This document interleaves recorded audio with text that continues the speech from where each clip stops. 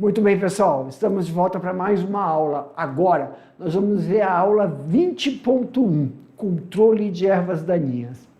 Então, pegue o material que o professor presencial já distribuiu para vocês, vão acompanhando lâmina por lâmina, tá bom? Assim, ó, o tio falou uns negócios aqui, já vai anotando para sanar suas dúvidas. Na hora que a gente finalizar essa aula, temos a aula 20.2, onde vamos fazer aquele bate-bola, jogo rápido para esclarecer qualquer dúvida que possa surgir, tá bom? E aí depois eu vou deixar vocês fazendo as atividades de vocês. Bora para a aula? Na tela, diretor. Aula 20.1. Professor, vamos falar sobre o quê? Vamos falar sobre manejos nos SAFs. Mas qual manejo? Nós vamos falar de controle de plantas daninhas. Então, esse manejo vai ser específico para todas as atividades de desenvolvimento de vegetal que não são adequados dentro de um sistema SAF. Então, vamos lá? Manejos dos SAFs. O manejo, ele compreende o que, professor Jefferson? Ele compreende o controle de plantas daninhas, pragas e doenças, ministração de adubo, realização de podas e desbaste. Para mim, diretor. Pessoal, olha aqui, ó. Eu sei que muitas vezes, né, nos folhetos, a gente encontra determinadas denominações equivocadas. Mas está errada, professor? Não, está equivocado, tá? Quando a gente fala de SAFs, então a gente fala de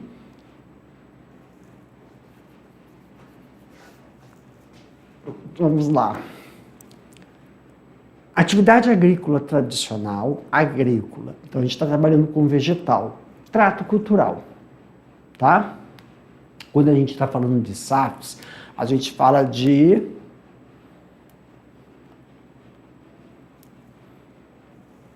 controle biológico, né? Prática biológica, para diferenciar.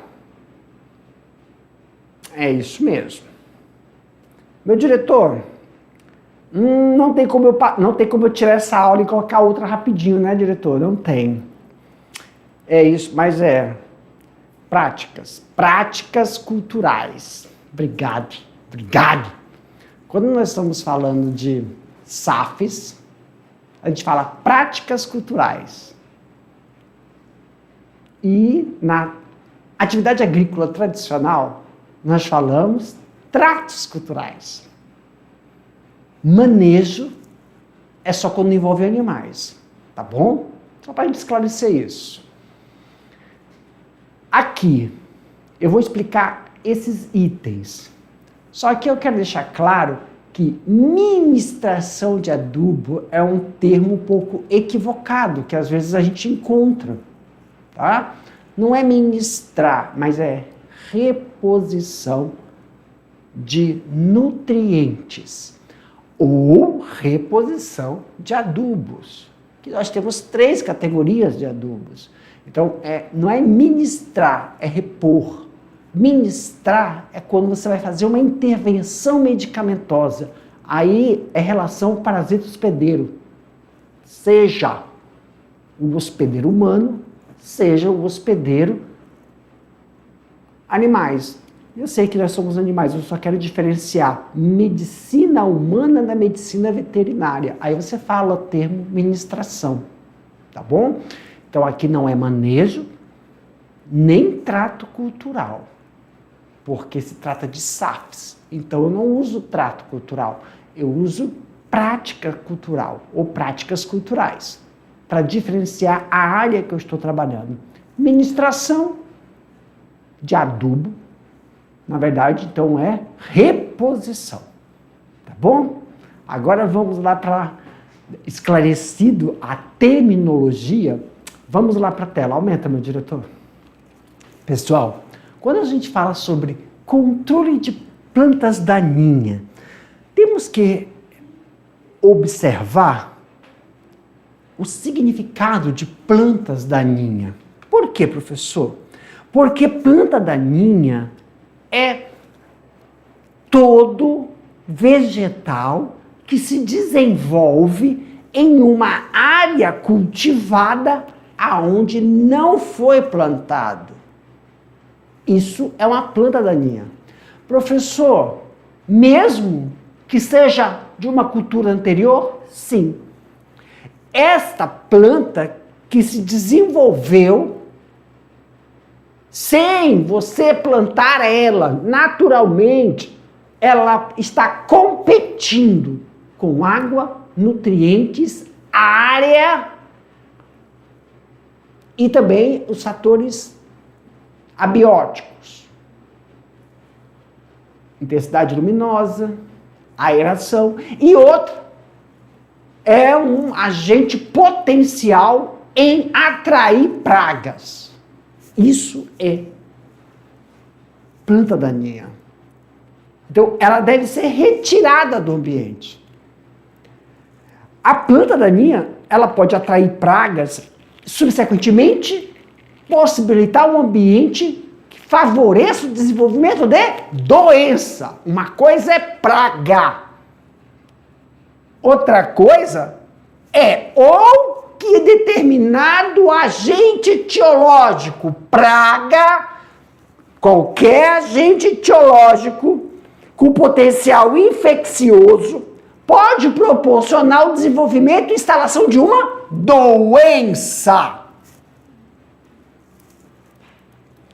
E aí a gente está falando agora do adubo, em relação ainda às plantas daninhas que podem atrair determinados agentes etiológicos que possam desenvolver determinadas doenças.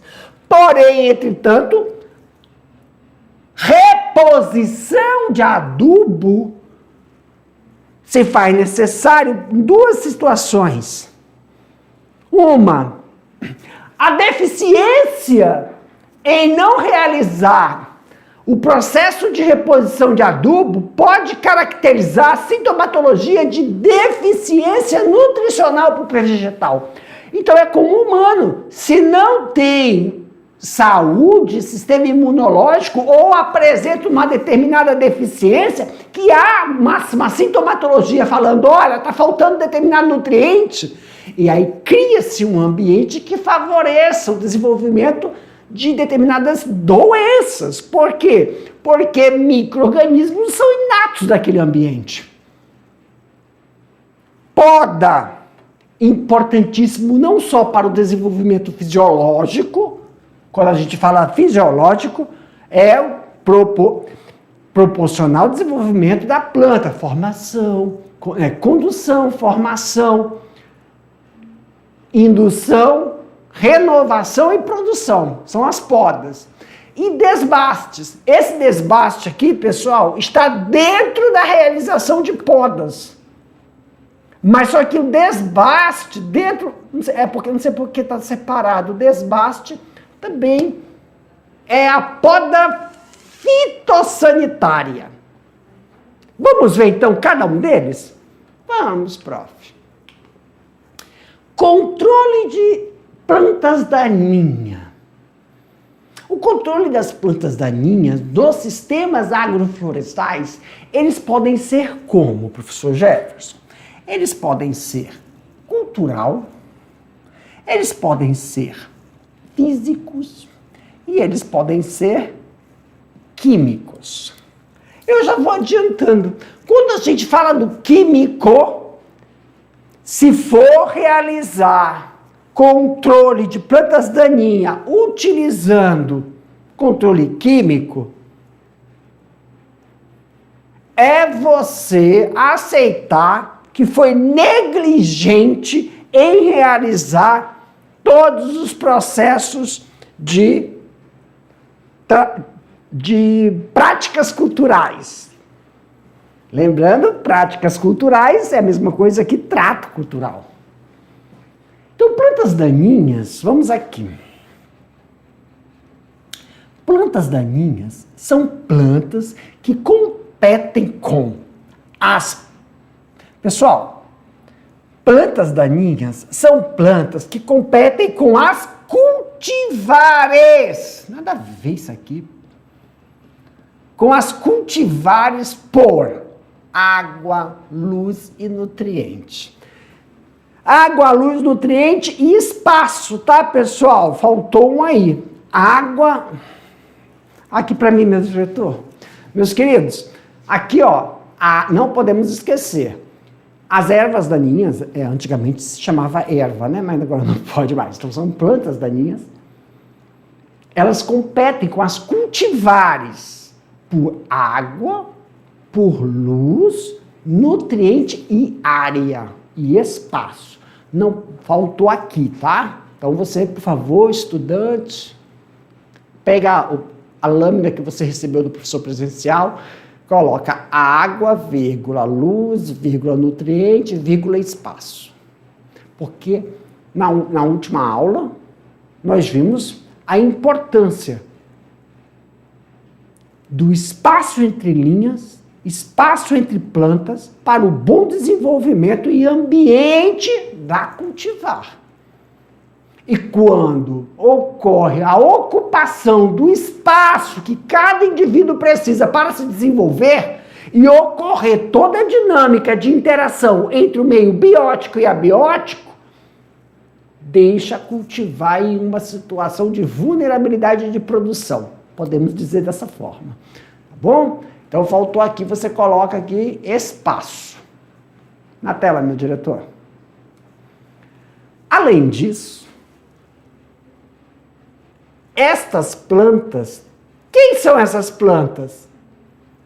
As daninhas são hospedeiras de pragas e doenças. Então, pessoal, praga. Pessoal, pragas, doenças que aumentam o custo de produção. Deixa eu só explicar uma coisa. É para enfatizar, não está errado, tá, meus queridos? É para enfatizar. Pragas, doenças e nematóides. Para mim, meu diretor, é verdade. As plantas daninhas, elas são hospedeiras. Aí a gente coloca assim, de pragas. Por exemplo, elas são hospedeiras de micro-organismos, microartrópodes, ou esporos, bactérias. Esporos é a forma de transmissão de fungos. Então, aqui, quando a gente fala pragas, são agentes etiológicos que podem acometer a porção aérea, acometer de uma ação infecciosa. O caule, o fruto, a folha, a gema, o broto. Um artrópode, um besourinho, um pulgão, uma joaninha. Estou falando de insetos em geral, na grande maioria são insetos que possam passar por processo de metamorfose. Por isso a gente fala praga. Uma borboleta, uma mariposa, fungo, bactéria. Praga, um agente etiológico. E quando a gente fala nematóide, não deixa de ser uma praga. É porque nematóide, a ação dele é no solo. Mas também tem bactérias no solo, tem fungos no solo que podem prejudicar o sistema radicular. Então, se você tiver uma questão na avaliação, né, uma questão em alguma prova, ou você, estudante, que está aí desenvolvendo uma cultivar dentro do sistema agroflorestal, e aí você fala pragas, já tem que estar embutido isso em você. Praga são agentes etiológicos que, quando acomete uma cultivar, pode proporcionar a essa cultivar uma doença, que são caracterizadas por sintomatologias específicas do agente etiológico. Só que quando a gente pega e lê assim, o hospedeiro, quer dizer, a planta daninha, pode ser hospedeira, pode conter nela um agente etiológico que pode afetar, prejudicar ou desenvolver uma doença na parte aérea. Qual é a parte aérea? O caule. Qual é a parte aérea? Os galhos, os ramos, as folhas, as flores, os brotos. Tá bom? As flores, parte aérea. Ou a parte do solo, o sistema radicular, proporcionando uma doença. Isso vai sim ter um custo na produção, um aumento no custo. E tudo isso tem que ser levado em consideração quando a gente faz o planejamento. Prever. E a gente prevê, mas também a gente prevê também uma ação de prevenção, dependendo do histórico da área onde vai ser realizado o processo de cultivo. Tá? Na tela, meu diretor. Ok, entendemos o que são plantas daninhas? Sim! Então vamos ver os tipos de controle, Jefferson, é isso? Vamos começar pelo controle cultural. Professor, oi. Aqui, ó. Controle cultural. Também conhecido como prática cultural, né? O controle cultural, ele se caracteriza. Como o quê, professor Jefferson? Como preventivo, por meio de consórcios com lavouras anuais e pastejo. O pastejo rotacionado promove a retirada de forragens pelos animais na área ou piquete. O pastejo contínuo exerce a rotação entre as plantas. Professor Jefferson, não entendi. O pastejo é quando você tem uma área que você vai produzir, só que tem um período de descanso. Eu não entendi. Aqui, pessoal, a área de produção, cada um, aí, claro, pensa na sua produção. Eu vou produzir tomate. Eu vou produzir... Tomate, ele tem um período de produção, depois você tem que arrancar todo o pé de tomate e substituir por outro, não é isso? Só que depois que você arranca, você tem que preparar a terra de novo. Aí tem um período de descanso. PD. Período de descanso. Aí no período de descanso, tu solta o animal na área. Pro animal pastar. Aí ele come aquelas sementes da cultivar anterior. Plantei milho. Agora eu vou deixar 15 dias descansando. Vai nascer milho porque a semente caiu. Solta o animal. Que é um animal que a gente pode utilizar, professor Jefferson? Faz o levantamento aí, você sabe que tem um animal que come de tudo. Cabra, ovelha. Pode utilizar para pastar. Professor, não tenho cabra, não tenho ovelha. Tem frango. Frango adora uma folhinha terra. Solta-lhe o frango ali. Então, isso é pastejo.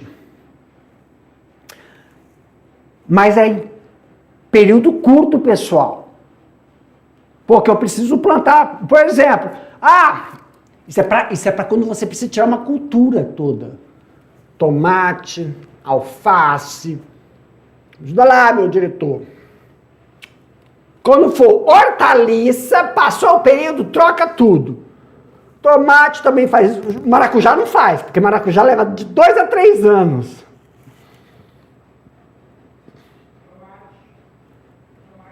Já falei. Tomate, verduras em geral. Plantou verdura, depois tem que colher a verdura. Aí deixa 15 dias descansando. Aí eu boto o bicho para pastar, para tirar o mato, ervadaninha. Qual outra cultura que eu posso tirar? O tomate. Depois de colher todos os frutos, tira. Planto de novo. Batata. Macaxeira.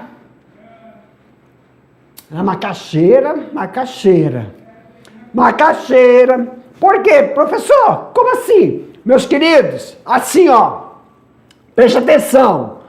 Deixa eu pegar um slide aqui. Não tem um slide branco, não? Não tem um slide branco. Precisava de um slide em branco. Mas olha só, meus queridos.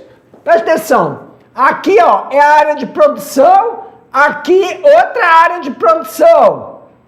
Plantei aqui tomate, plantei inhame, plantei o quê, meu diretor? Alface. Aí eu colhi, ó. Essa área aqui é a área A. Eu tenho a área B. Quando eu deixar a área A descansando, eu planto na área B e boto os animais para pastorear aqui, ó, para tirar. Entendeu? Mas, professor, e quando for área de períodos longos, por exemplo, laranja, citros, são árvores. Cacau é árvore. Tem como eu fazer isso? Tem. Só que você faz a bainha. O que é bainha, professor? Tem aqui, ó. Não tem a árvore do cacau? Você tem que podar para deixar pelo menos 1,5 metro de altura, a bainha. É não deixar os galhos de baixo envergar. Então você corta para o galho ficar mais alto. Aí tu deixa quem pastorear ali? Entre a produção de cacau, entre a produção de maçã, entre a produção de laranja, bergamota, cabra. Ela vai arrancando os matos, as ervas daninhas, vão limpando. Pode fazer isso na plantação de banana? Não, plantação de banana não pode, a gente vai ver por quê. Mas eu só quero que vocês entendam o que é o controle de erva daninha para o pastejo. Tá bom, entendi. É a forma mais barata de evitar competição entre ervas daninhas, plantas daninhas, com as cultivares. A aquisição de mudas sadias, livres de presença de ervas daninhas e limpeza de equipamentos a serem utilizados na área. São bons exemplos de controle. Pessoal, esse é o preventivo. Nós falamos do controle de pastejo, agora estamos falando do controle preventivo. O preventivo, que eu particularmente não considero tão preventivo assim. O que é o preventivo, professor? O preventivo é você limpar o equipamento da colheita, que pode trazer com ele sementes da cultura anterior. Mudas sadias é porque há o entendimento bem claro que mudas, quando você aquisicionar uma muda de um viveiro, muda de cacau, muda de cupuaçu, muda de laranja, muda de limão, é prioritário você tomar cuidado para que ela já não esteja com o quê? Com um agente etiológico, uma praga. Então ela tem que ter uma sanidade. Agora, tem um pessoal do controle preventivo que acha que muda pode trazer o quê? Erva daninha. Pode trazer, professor? Pessoal, um viveirista que vende muda com erva daninha não tem nenhum alvará de funcionamento. Ponto. Não é nem viveirista. E o viveirista que estiver ouvindo e não gostou, vá fazer terapia. Ponto. A aquisição de... É isso aí, preventivo. Vá! Controle cultural por meio de consórcio com lavouras anuais. Aí é top. Controle cultural por meio de consórcios com lavouras anuais. Professor, what is this? Let's go there. Pode ser realizado até o segundo ano da implantação dos SAFs, a depender das condições de sombreamento. Então vamos lá. É deixar claro, né? O consórcio com lavouras anuais ou bienais além de ajudar no controle de plantas daninhas, tem a vantagem de gerar mais renda para o produtor.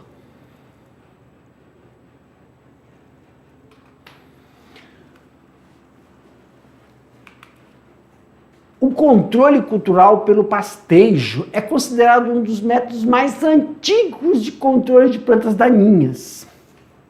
O plantio entre os sistemas agroflorestais em áreas de pastagens degradadas, tem as suas especificações, tá, pessoal? Degradadas. É uma opção interessante nas situações em que é possível colocar em prática. Professor, não entendi. Vamos lá, pessoal. Quando a gente fala, a gente está falando de controle em áreas degradadas, aí você usa o pastejo. Por exemplo, eu quero fazer... Lembra que o SAFs raiz, ele foi para recuperar, ele foi utilizado, é uma ferramenta, é um recurso, porque o SAF, dentro do SAF, tem classificações. Então ele é um recurso, esse recurso tem ferramentas, e essas ferramentas são específicas para determinadas áreas. Se é área degradada, aí eu tenho um tipo de SAF para ela. E aí ela tem ferramentas e estratégias. Controle cultural de pastejo é uma estratégia de uma ferramenta dentro do SAFs. Eita lasqueira. E aí, meu querido, quando você utiliza, por exemplo, um ambiente para resgatar, recuperar a fauna e a flora, esquece produtividade agora. Como assim, professor? Eu tenho uma área degradada que tem exemplares da fauna, animais, pássaros, que foram expulsos ou estão em situação de extinção ou diminuição da população desse exemplar nativo. Aí você usa árvores, você planta árvores para atrair novamente esses agentes silvestres com atividades ecológicas para restauração do ambiente. E aí você também pode utilizar animais para não só realizar o pastejo e controle de erva daninha, mas para melhorar a qualidade do solo com adubação orgânica. Só que, pessoal, não se usa gado para isso. Por quê? É antes que alguém pense aí.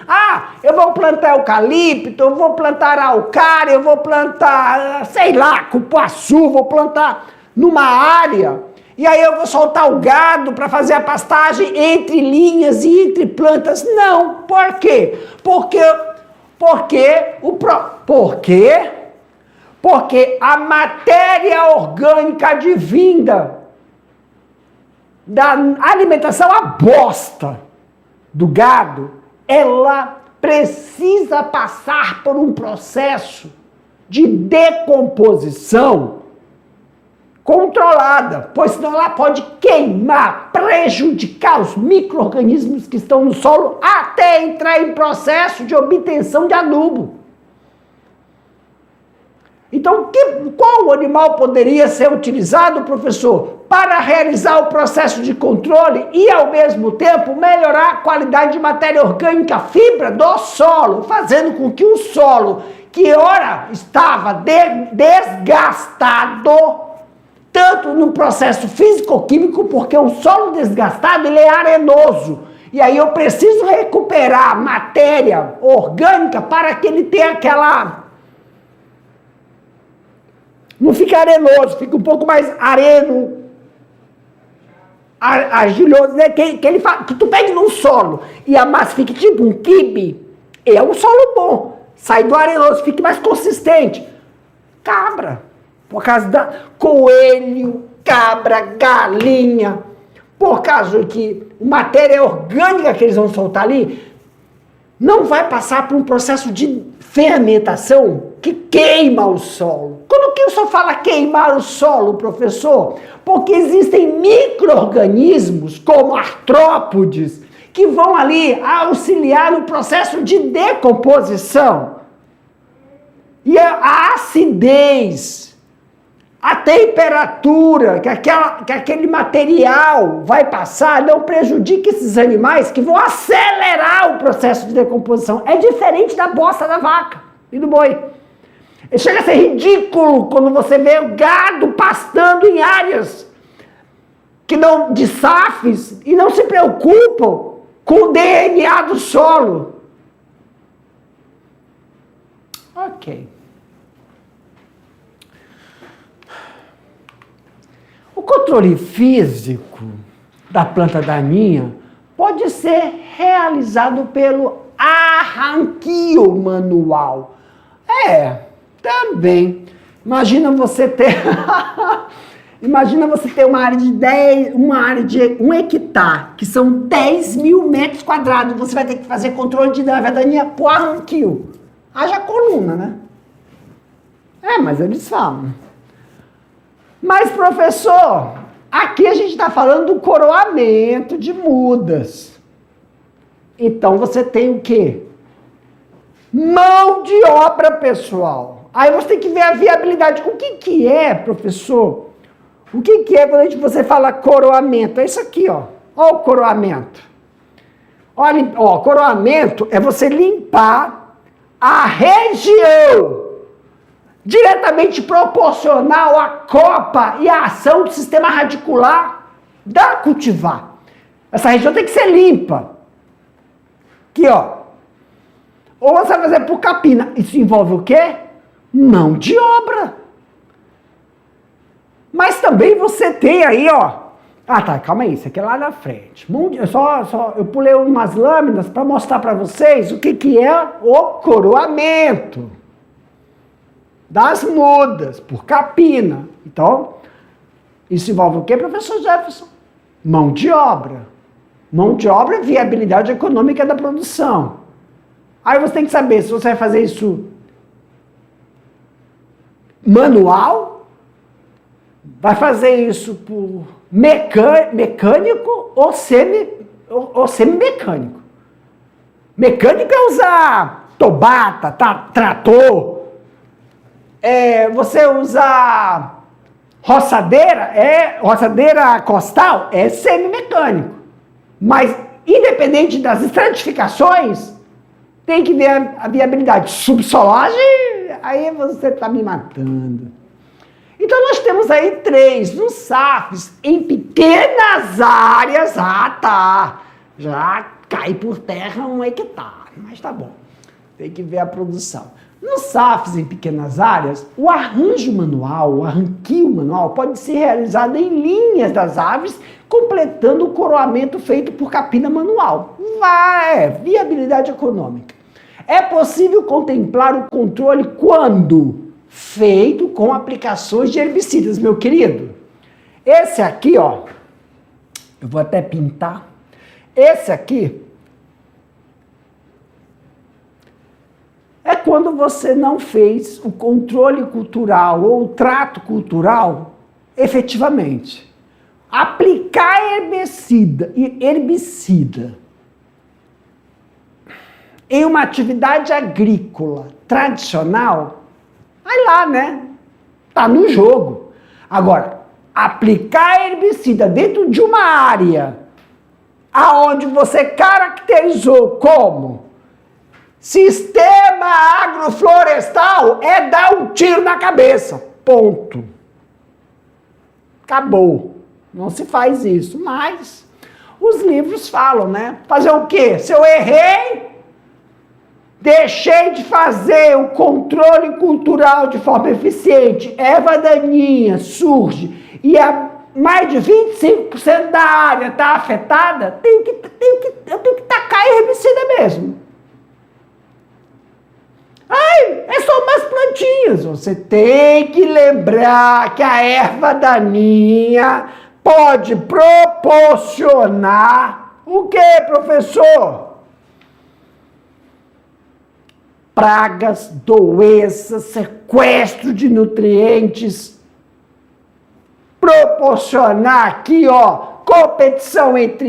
competição da água, da luz, dos nutrientes e área, favorecendo o quê? Prejuízo de produção, no momento do qual? Da colheita. E outra coisa, pessoal, produto advindo de um sistema SAF, ele é mais caro. No mercado, você paga mais caro. Por quê? Porque não há utilização de fungicida, herbicida, qualquer insumo agrícola. Aí você não pode vender uma maçã, uma banana, que você fala que sai de um sistema SAF, que vai ter um valor bem maior, e utilizou como cultura tradicional. Poder não pode, mas nesse país não pode tanta coisa, né, meu diretor?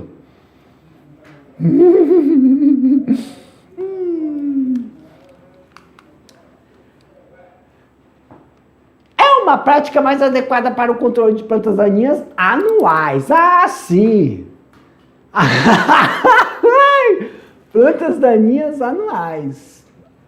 Ai, esse povo me mata. Ok. A prática de arranquio no controle de espécies que multiplicam vegetativamente precisa ser realizada com cautela. Deve ser o quê, professor? Arrancar a planta daninha completa pela raiz, não deixando as partes dela que fiquem na área, no solo, evitando deste modo a sua reinfestação. Sabe o que me faz lembrar? Professor Jefferson, mas o gado, né? Por isso que é bom, por exemplo, galinha, ela come as folhas tenras, a galinha. Só que a cabra, ela come não só as folhas, mas a bicha arranca até a raiz. O gado não. O gado também só come por cima. Por isso que a eficiência, quando você for colocar um animal para realizar determinadas práticas, você tem que também ver a eficiência dessa prática. Porque você tem que eliminar, senão todo ano tu tem que usar o animal. E aqui é para mostrar para vocês o que é o coroamento, né? Você faz a limpeza na área ou circunferência diretamente proporcional à copa e o sistema radicular, e depois você utiliza o próprio material da cultivar para proteger essa área do solo. Essa área que ficou desprotegida. Quando você tira o mato, ela fica desprotegida. Se não tiver sinais de doenças, você pode usar a própria folhagem.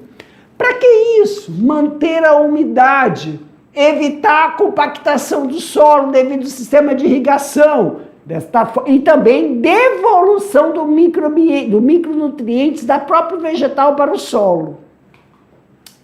E proporcionar um ambiente mais frio, úmido, para os micro-organismos poder se desenvolver naquela área. Principalmente quando você está fazendo plantio de árvores nativas. A eficiência disso é bem melhor por causa da adaptação natural. Adaptação natural de árvores nativas. Também se faz o procedimento de capinas que favoreça o combate a formigas e diminui o risco de... Por que formigas, professor? Incêndio ali, acho que é...